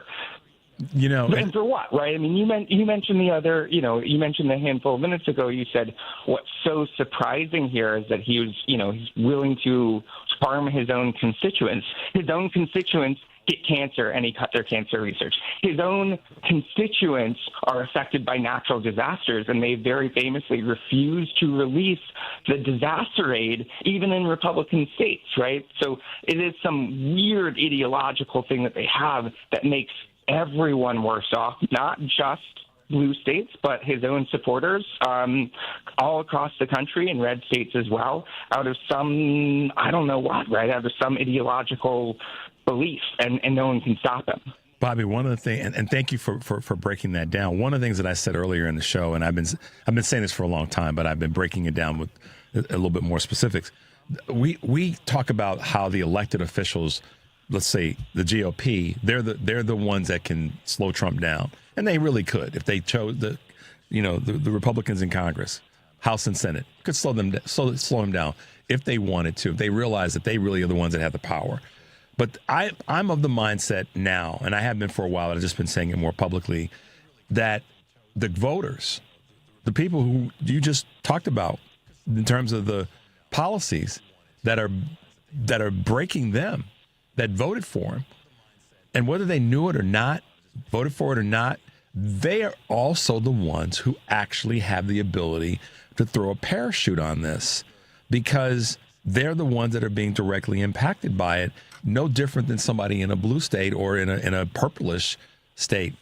And it'll be interesting to see all this heat that's coming from at Republicans when they go to their town halls when it comes to talking about policy, if they're going to actually, meaning the voters, do something about it, or they're going to sit back and say this will pass and it's not going to hurt me that bad as long as this policy is affecting those others, those brown-skinned people and those LGBTQ people and those, others more than me, then I'm good. And that's why I put this in the laps of the voters as much as I do in the laps of the GOP elected officials.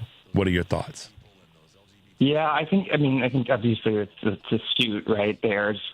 It's been a long stream in America for a lot of people to say, I'm okay with being hurt as long as I can hurt, as long as I can hurt a Black American more, then I'll be happy, right? There's a whole sector of Americans that believe that and feel that way very strongly. I think one of the things that I find so concerning is the last time around when Trump was president, when they were trying to pass their ACA repeal, I think they sort of knew that they were actually stepping in something, but they said, oh, all the polls are fake, all the whatever was fake. And then in came the election and they really, really, really got dominated. And there was some kind of understanding last time that there was some reality out there. This time they have responded by trying to do mid-decade redistricting ahead of the election. Right. So there must be some understanding from them that what they're doing is really unpopular. And they're responding this time by saying, OK, well, we'll just rig the rules then so that we can't lose. Yep. That's a tough response. And it shows obviously a lack of respect for democracy, but it also shows a party that is willing to force its agenda on people over their will. Yeah. And obviously we're a democratic republic. It's okay for you to vote for something, even if it's okay to vote for something even if your voters don't like it. But the whole point is that then we have the elections to check in and kind of right the ship. And the whole point is they're trying to make it so the ship can't be righted. Exactly. Bobby Kogan, Robert, hanging with me this morning on Choose Views. Listen, man, we got to have you back. We got to come to the end of the show today, but we got to have you back so that we can maybe dig in a little bit more on some policy issues and get a little bit more wonky.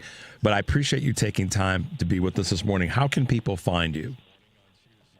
Richard, thanks so much for having me on. I'm on Blue Sky, BBKOGAN, at bsky.social. On Blue Sky, you can find me on the Center for American Progress website, and thank you so much for having me on. Absolutely, it's my pleasure. I appreciate you being with us. Stay safe, man, and we'll talk soon. We'll get you back on in a few weeks so we can have some updates from what you're working on. Okay?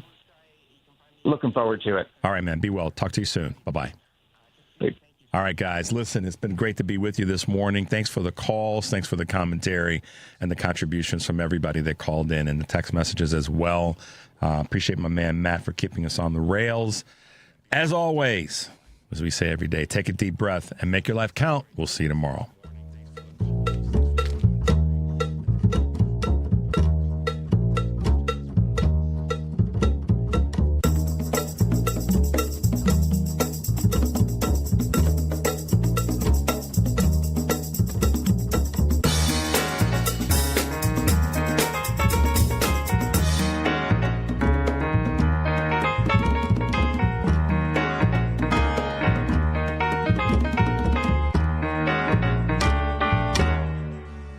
Greece is cheap. But the airfare costs a fortune. Paris? Not much closer. And again, airfare... What about Puerto Vallarta? Let's face it, flying